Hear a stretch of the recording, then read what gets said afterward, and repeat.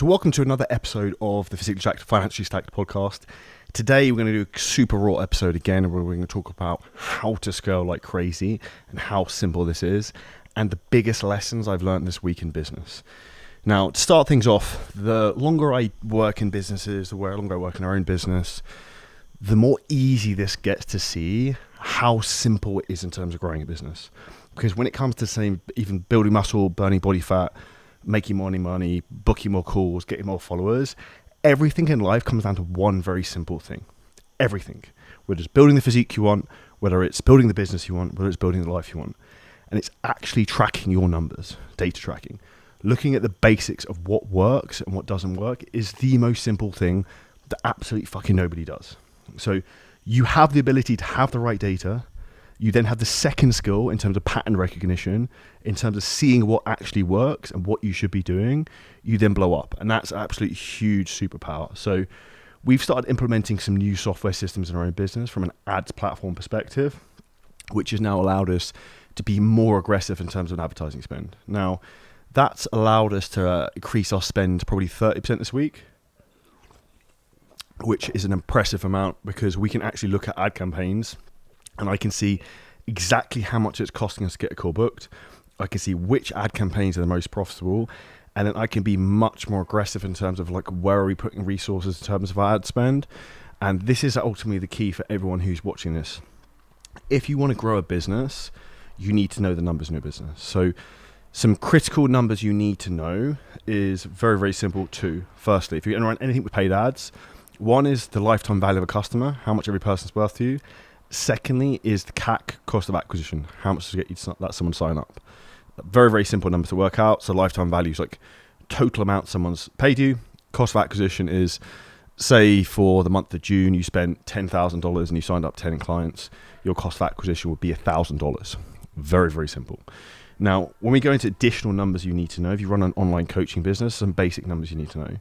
How many calls you're booking every day, what the call sharp rate is, what the closing rate is, what the average cash collected per call is. Those are the key metrics. If you don't know those, you've got a big problem because you're almost like trying to drive the business in the dark. And it's the same things in terms of like if you wanted to get in great shape and get jacked and get like six-pack abs or whatever for the summer, if you weren't tracking your calories, it's going to be very difficult. And it's ironic because I see so many great trainers who are really good at tracking their metrics in terms of their calories, but they track fucking diddly squat with their business. Now, the reality is, if you're watching this and listening to this, what you need to do is track everything in your business because it allows you to make the right decisions based upon the patterns you see.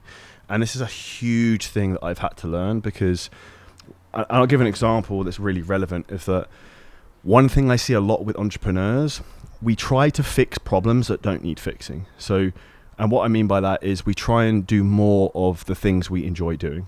So for example, I like marketing. I'm good at marketing. That's my thing. I like making content. I like doing podcasts. I love sharing knowledge. I love teaching. However, that isn't the thing that's holding me back. So I would try and use world-class marketing. I would try and out-market a problem. Now, a saying that I love is the cave you're afraid to enter hides the treasure you seek. So what you need to do is the things you don't want to deal with in your business or you don't want to deal with in your life, or you want to stop snacking on the chocolate in the fridge, hands up guilty sometimes. Those are the things that are actually things holding you back, and you need to go into that cave, slay that fucking dragon, and that's the thing that's going to get you the results you really want. So think about it right now in your life. What's the big thing that you should be doing that you deep down know, but you're afraid to do or reluctant to do, or it's not fun and it's not sexy? That's probably the thing you should do. That has the lowest hanging fruit, the biggest reward. It's the same thing in terms of a fitness analogy. It's normally the exercises you don't like doing are the things that you suck at that you probably need to do more of, right? So that's a context I think of. The second thing I want to talk about is we crushed it with a in-person event for our fitness business this weekend in Marbella. If anyone's watching the video version of this, you can see a bang in the background. It's a beautiful blue sky. I'm getting tanned and drinking a sugar-free Fanta lemon whilst making this podcast. It's a wonderful life. And it's funny because 4 or 5 years ago I was an estate agent stuck in the matrix of the 9-to-5 box for a corporate fucking lifestyle. Now I can do what I want and can make a podcast whenever I like. And this is the reality in terms of when you can find what you actually really want to do in life is you can put yourself in a situation where you can be successful, and then you can create huge amounts of abundance to actually have the lifestyle you want. And the lifestyle I want for me is to be able to do what I want, when I want, with who I want. And that comes from having time freedom, location freedom, financial freedom, and finding your true passions of what's important to you, which for me is actually teaching other people and giving value and helping other people to have the same freedom I have, because freedom is one of the biggest meanings for me. And this is why I have so much passion in terms of teaching, and why I love, for example, having in-person events like we did for our fitness business at the weekend. You get to see people and physically touch them in person who, like, you've had the ability to impact and change their life. And there's nothing more incredible for that. And anyone who lacks motivation, when someone comes up to you and says, you changed my life, you will never lack motivation and drive again, because that's the greatest thing you can have. Now, on a business perspective, we have our huge fitness mastermind here in Marbella next weekend, which we've actually sold out all the tickets for already. So no one else can come. If you want to come, we are literally sold out. You can't buy any tickets. And for me, that's something I'm incredibly excited for, because it's an opportunity to help give people value to change their lives. And there's nothing better than getting a sick community of people together. And that's one of the big values for me. Like the three biggest things I stand for is, one is like the meanings of what I want. One is going to be financial mastery, like freedom. Secondly is going to be like my meaning in terms of self-meaning, teaching and helping other people. 3 is going to be mastery of self, and 4 is going to be like network and community, because these are the big things that are going to make you successful and make you happy in the long run, because it actually understands what makes you tick and what drives you. So for anyone out there, if you don't go to live events, this is probably why you're struggling in life. You could go to, like, I flew all the way to California last month, and 17 hours each way from Dubai to learn one thing that completely changed my business. Spent maybe $15,000, $20,000 just to get there and back. I learned one thing that can completely change my life. I also got some sick connections there. And life, becomes very easy when you have 2 things. And 2 things pretty much solve all problems in life. 1 is money, 2 is people. If you have money and you know the right people, you can pretty much solve any problem. True, right? And this is an important thing for everyone to understand. Listen to this. If you don't have the money, then you need to learn the skills to get the money. You need to learn the skills of resourcefulness to get the resources. And secondly, if you want to get around the right people, you have to put yourself in the right environment, which comes down to actually going to events, like joining masterminds, going to great places where loads of like successful people hang out. I'm a boy from a little village in the countryside of Surrey in the UK. Like, I had to walk 45 minutes to an hour to get to the train station. There was no bus. Like, I lived around fields. That was it. And this is the reality of someone who's come full spectrum now, going out to the other side of what can be done. And that's why I say that if I've done it, then you can do it too. It is as simple as that.